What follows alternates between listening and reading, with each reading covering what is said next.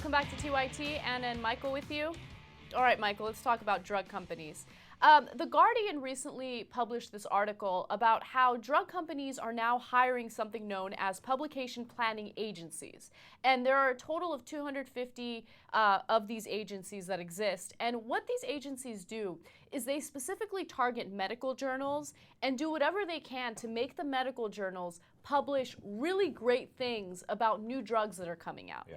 Okay, so the reason why this is problematic is because people who work in the medical industry decide whether or not they want to prescribe a drug based on what medical journals say about them. Yeah, whenever there's news about the medical industry, they'll always cite the journal Medicine or the journal Lancet is another one. Right. And they'll always cite that as this is a great new piece written about something like it, whether it be a drug or a procedure or results of a test. So it is it kind of is the standard bearer for the medical industry. And you assume that these medical journals are highly credible, and if they are reporting good things about a drug, then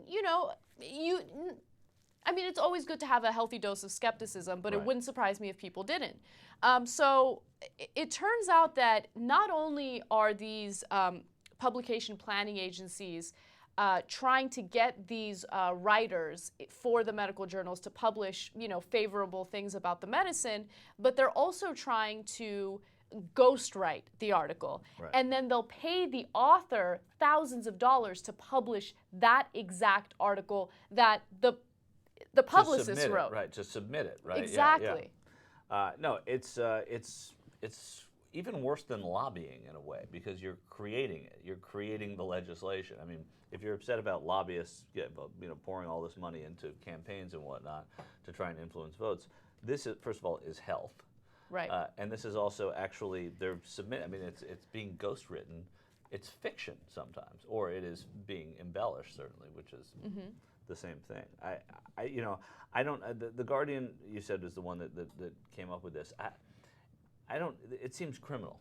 It seems more than just untoward. It seems like really like this is bad, and I've never heard anything beyond about criminal it. because it puts everyone's lives in danger, because they're being prescribed medicine that they think is going to be perfectly fine, but who knows what kind of side effects this medicine has, who knows whether or not it's safe for the condition you're in. You have a medical journal that's saying all these great things about this, brand new medicine that just came out, and doctors are reading that medical journal and thinking, okay, it's safe to prescribe this to my patients, and they unknowingly prescribe it to patients when it can be highly dangerous. Right. So I think it's beyond criminal. And the fact that right now there's really no real regulation that's investigating this and overseeing this and making sure that it doesn't happen, I think that's the worst part of all of it. Because right now you have The Guardian, a publication in the UK, writing about this, but other than that, who's talking about it? Right. Do we have any politicians talking about it? No. Why aren't they talking about it? Yeah. Because they get paid by pharmaceutical companies. And there's guilt here. I mean, listen to this quote. This is from, somebody's lying when they answer a question or when this is their sentence. We've never done ghostwriting per se as I'd define it. Okay. The rest of the world stops at the period there. We've never done ghostwriting. And says John Romankowitz. Well, maybe that's it. It's Mankiewicz with an R-O in front of it. Now we understand what's going on here. But he's the president of Scientific Therapeutics Information, the New Jersey firm that helped Merck promote Vioxx with a series of positive articles in medical journals. This is what John says. We may have written a paper, but the people we work with have to have some input and approve it. I mean, not when you're paying them thousands of dollars to publish it as is. Yeah, somebody has to look into this, and I don't know who has time to do that. But it seems like this is really bad. I mean, then there's this other group. I mean, this is getting me angrier as I read it. I feel that we're doing something good for mankind in the long run. We want to influence healthcare in a very positive, scientifically sound way. The profession grew out of a marketing umbrella, but has moved under the science umbrella. It doesn't seem that way. Alistair Matheson, a British medical writer, has worked extensively for medical communication agencies. He dismisses the planner's claims to having reformed as bullshit. There's no reform here, and so somebody's got to go in and reform that. It's really pretty scary stuff. Yeah, but no one will reform it. No. Because, I mean, why would a politician have an incentive to reform it? Yeah. Well, that's true, because the pharmaceutical companies are paying them off. There we go. Back to big pharma. Right. Awesome. There's a county in New York that is now planning on putting animal abusers on a registry that is very similar to the sex offender registry. And the reason why they're doing that is because they believe that if you are abusing your animals, it's a great indicator that you are probably also abusing your children. Okay, so they want to put you on blast, put you on this registry, even if there's no evidence that you're abusing kids. No, it's not. It doesn't. They said that the possibility. It's not. It's not an indicator that you are probably. It's that the possibility exists because most people, from serial killers on down to abusers, child abusers, are also animal abusers. And there's a great deal of crossover there. But it's not saying that probably. First of all, why not register?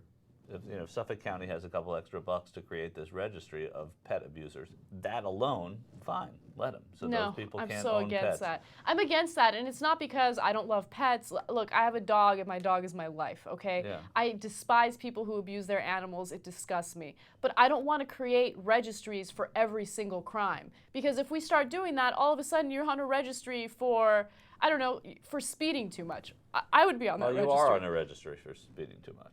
But it's not a If public... you speed, you say, oh, you have a prior for speeding, you did this again. But it's not a public registry online where people just look me up and they see it. I don't know that this is going to be something that everybody can just sort of access, but I think that it's like a gun owner's registry. If you shouldn't be allowed to adopt a dog if you've, kicked one in the head or dog fought.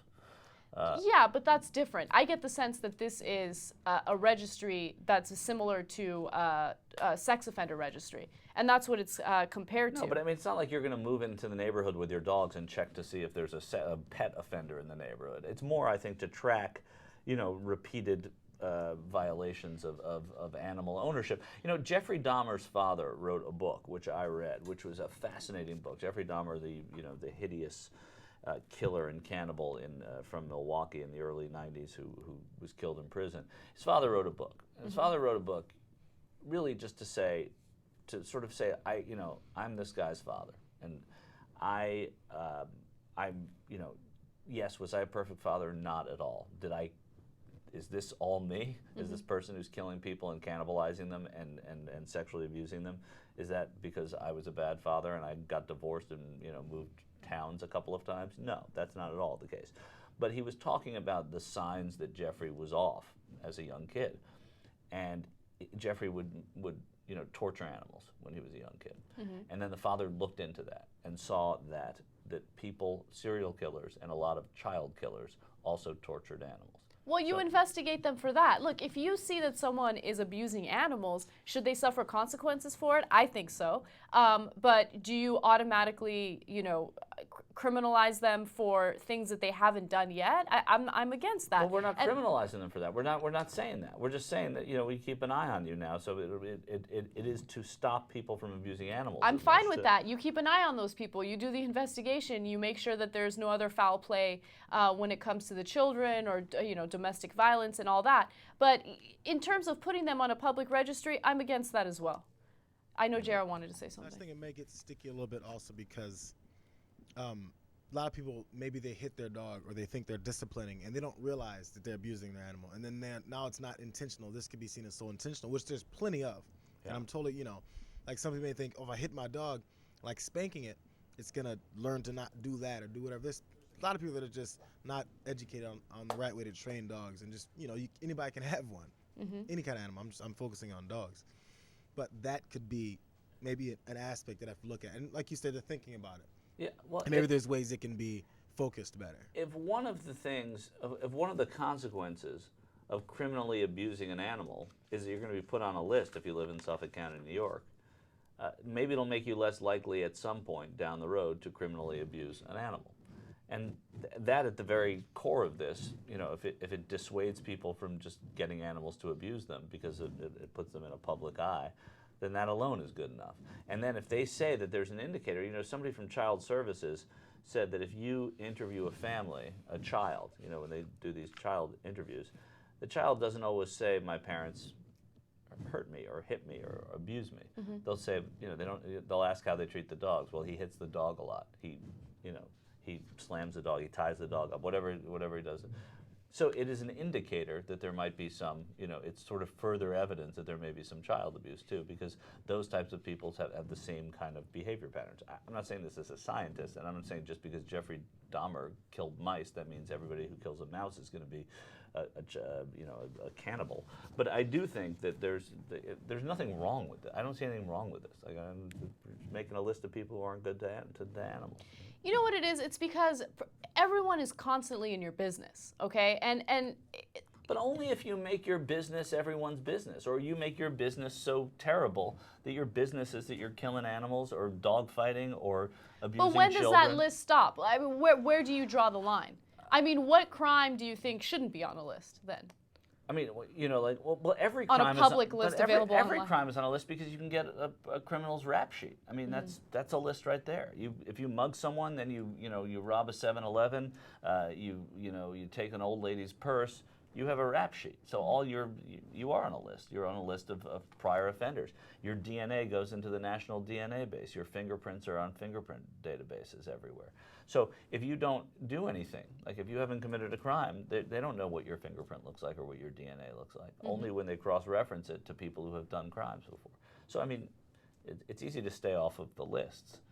I understand the gun owners and why they're upset about it. I mean, I don't care about them, but I understand why they would be upset, because owning a gun is a protected right. But the ones who are free to register their guns and are okay with it, it is a societal aid. Okay. All right, we got to take a quick break. When we come back, we have some fun stories, including what is known as the best marriage proposal ever. All right, I can't wait to hear what you have to say about that. We have video, too, so we'll be back. Back on the Young Turks, Michael Schur. We're here today talking, a lot about Israel and Netanyahu. One final thought on that. Israel has to look at what's going on in that part of the world and realize as the Arab world changes, they have to change with the Arab world too. I mean, that's really the bottom line to all of this. Whatever the changes need to be, whatever concessions need to be, the playing field looks differently than it did even a year ago. Israel cannot be the only part of that world that doesn't change. And I think that's what the president is trying to say to Netanyahu, trying to say to the world, really. And that's the bottom line.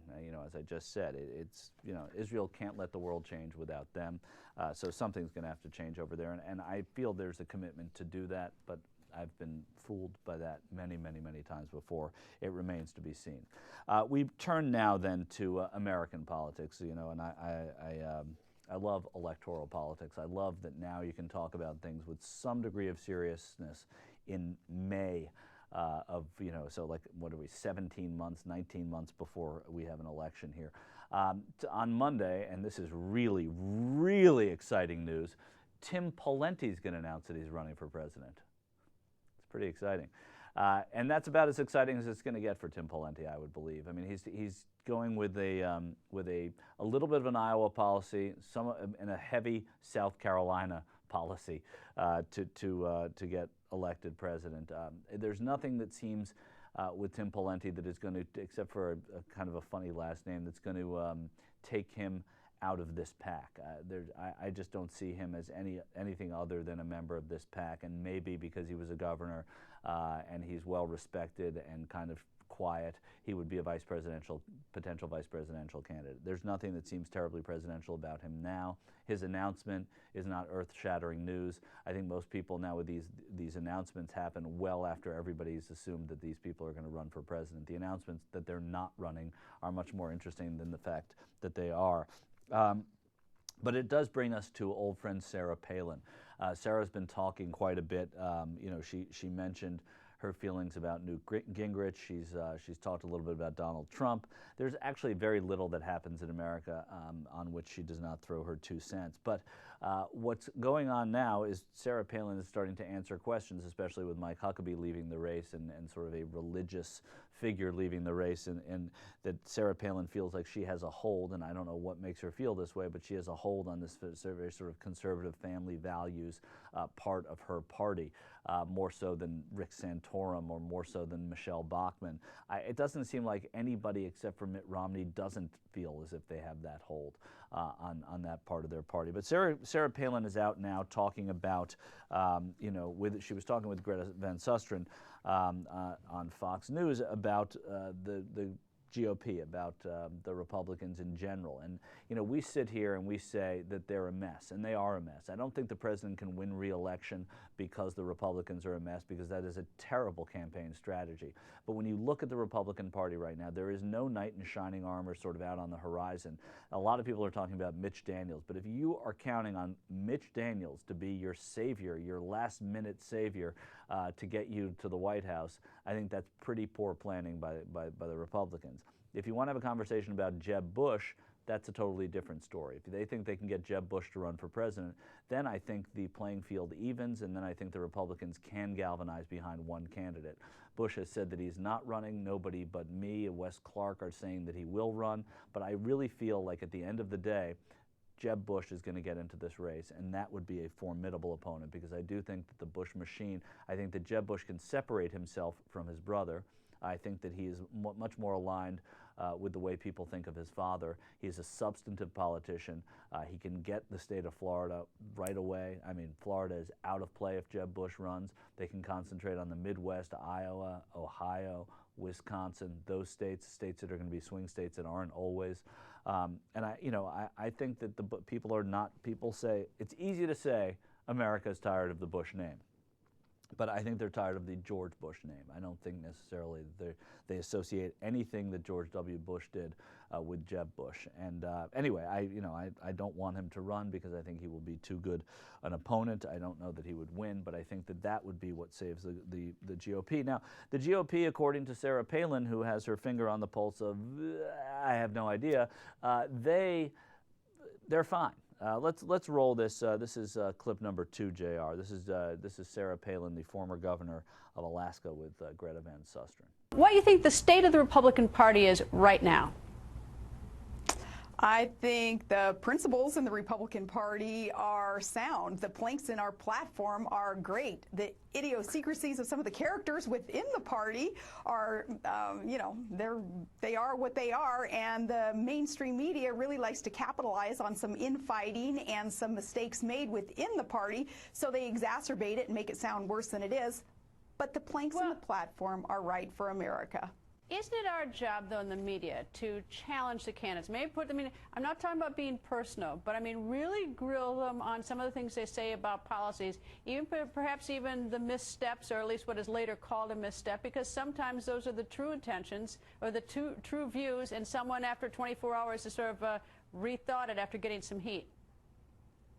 Absolutely, that is the media's appropriate role in holding an official or potential candidate, holding their feet to the fire, not playing the personal gotchas, but making sure that the record is clear regarding what it is that they say, or the content, the context of what it is that they're saying. Yeah, that's the media's role. If the media doesn't play that role, then they're not a cornerstone of the democracy that we would like to believe that they are. Planks in the platform. Planks in the platform. We got planks in the platform. Gotcha. I cannot watch her enough. But I love when she criticizes the media. This is a media whore. This is somebody whose pure existence is because of the media. John McCain put her on the map, and then she just ran with it. Yet she sits there and criticizes the media constantly. And where does she criticize them? While talking with the media. They have created everything that is good or bad about you, Sarah, and I feel like the criticism is easy for you to do, but you can only do it when you're in front of the media. When she says that there's infighting, yeah, there's infighting, but it's not fair of us to focus on that infighting. I mean, what are we supposed to do? What are people who are watching the Republicans get together to run a candidate supposed to do? We're just supposed to not talk about the infighting? Well, Rick Santorum doesn't like gays, and Mike Huckabee is funny, and Donald Trump is a moron. I mean, we can say those things, but we don't want to talk about the infighting. The infighting is part of what makes your party, Sarah, so fascinating to America right now. It is a mystery. Is it going to divide? Are they going to be able to get behind one candidate? Is that possible for conservative voters to get behind someone like Mitt Romney? Is it possible for very sort of mainstream Republicans to get behind somebody who is going to be a very conservative candidate? Those are the things that America wants to know. It's all about that infighting. It's all about the disaster that has been brought upon your party by its very, very, very conservative nature. I mean, look at some of these old Republicans. Look at George H.W. Bush. Now, George H.W. Bush, the party has passed him by.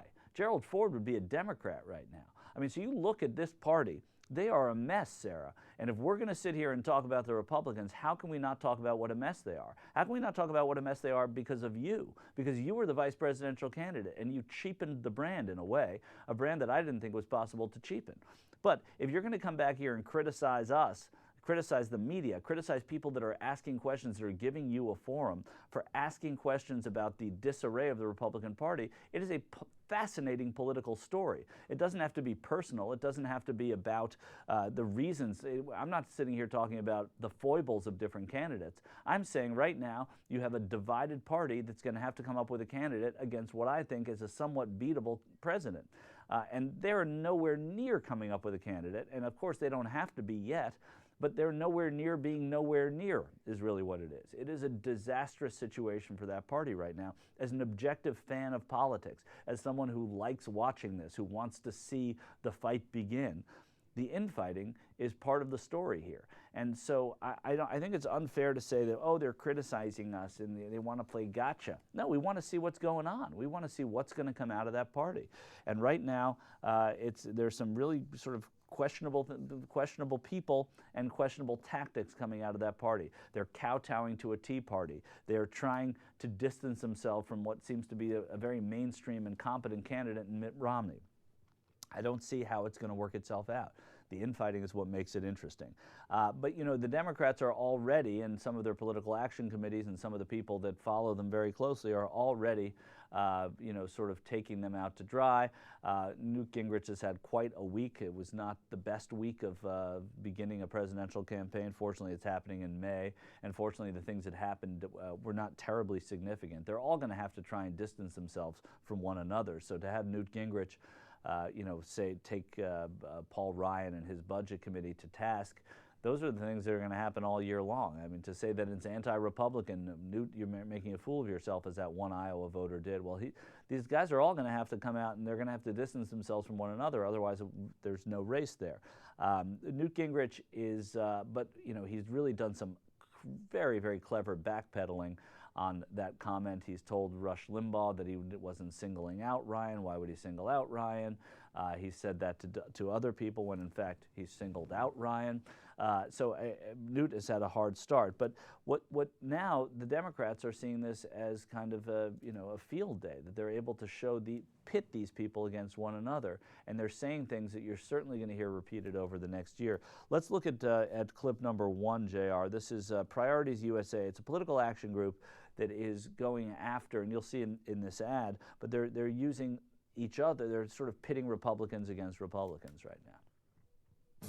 Newt Gingrich says the Republican plan that would essentially end Medicare is too radical. Governor Haley thinks the plan is courageous, and Gingrich shouldn't be cutting conservatives off at the knees.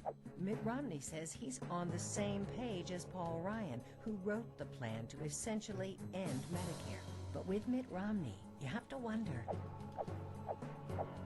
which page is he on today? Priorities USA Action is responsible for the content of this advertisement. Yeah, I mean, that's exactly what the Democrats should be doing. I think that you don't want to waste it all in May when nobody's paying attention, but it's really true. I mean, you're getting the best of everyone. You're getting and you're bringing Nikki Haley into it, who I didn't know was running for president, the governor, the newly elected governor of South Carolina, who is now part of the conversation. She's made herself part of the conversation, but I just love how someone we've never heard of is now being put in these, you know, put up against Newt Gingrich and Mitt Romney here. But it's just showing how Republicans are going to have to go out after themselves, as primary seasons always do. But it's a very different flavor to the Republican primary season this time around. So yes, Tim Pawlenty's entering that fray, and he seems to be kind of perhaps above the fray, but he's not. He's going to be running. He's taking on conservative. You know, he's adding some conservative bona fides to his you know, resume by speaking the speak and entertaining the Tea Party. But Pawlenty is going to have to really reinvent himself if he's going to make himself the Conservative Party candidate, because that's not going to happen. He could do that for South Carolina, but he's going to have to go to other parts of the country, other Republican parts of the country, including Minnesota, in order to sell himself that way. And Minnesotans know that that's not exactly who Tim Pawlenty was, because you don't get to be governor of Minnesota. But, you know, it does bring us back full circle as we started, you know, months ago, and the presumption was that Sarah Palin was going to be one of the names mentioned deep into the primary season. She was largely forgotten. And she had bad polling, and she kind of receded in her own way.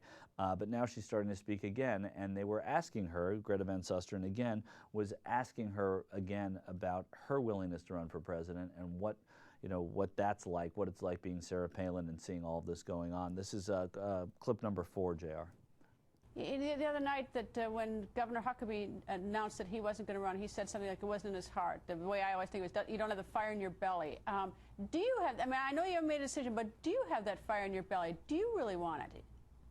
Oh, that's a great question. I think my problem is that I do have the fire in my belly. I am so adamantly supportive of the good traditional things about America and our free enterprise system, and I want to make sure that America is put back on the right track, and we only do that by defeating Obama in 2012. I have that fire in my belly, but yeah, the fire in the belly, it's there. That's kind of my problem, is that it's such a roaring fire in my belly to preserve and restore all that's good about America that, you know, I struggle with that every single day. Man, she is the gift that keeps on giving. That's her problem. So she identifies that she has a problem. It's just different than everybody else's identification of what her problem is, that she has a fire in her belly. Yeah. I mean, please win. Be the nominee, Sarah. We would love to have you. I hope she runs for president. There is absolutely nothing substantive about her.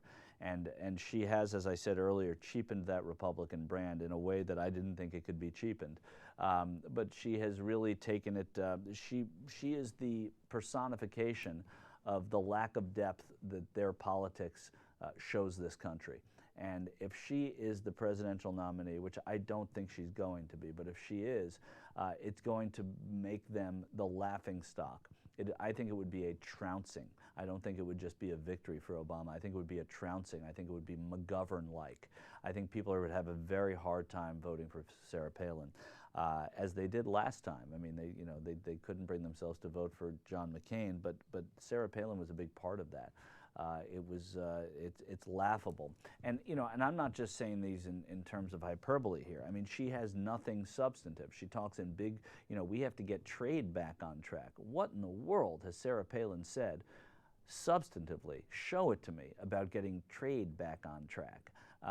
The country's got to get back on track. It doesn't seem so off track. It seems like it was put off track for 8 years by an irresponsible administration. Now we have a responsible administration that is slowly, too slowly, and in some cases not at all, getting us back on track. But part of it was stopping the bleeding. You know, Obama's going, you know, if Obama does nothing else as president, if he's a neutral president, at least he wasn't what we had. At least he stopped the bleeding of this country. You can criticize him all you want. You can sit in this chair and you can say, oh, he's not doing enough of this, he's weak, he's not taking a position. I've said it, Cenk has said it loudly. So many people are talking about this from within the Democratic Party. But you have to sort of be grateful for what you have as much as you have to be grateful for what you don't have. And we don't have the policies that were there for 8 years. We don't have somebody continuing those policies. We don't have judges going into the bench that are too conservative and too crazy. I mean, Barack Obama has given us 2 Supreme Court justices that are going to look at social change in this country and appreciate it rather than reject it. And I think all of those things are important. So you have to be grateful for what you don't have when you have something that maybe isn't thrilling you as much as you wish it had. And certainly when you look at Sarah Palin, that is one of the things you have to be happy that you don't have. I do hope we have her through at least the middle of November of 2012. I'm Michael Schur. You're watching The Young Turks.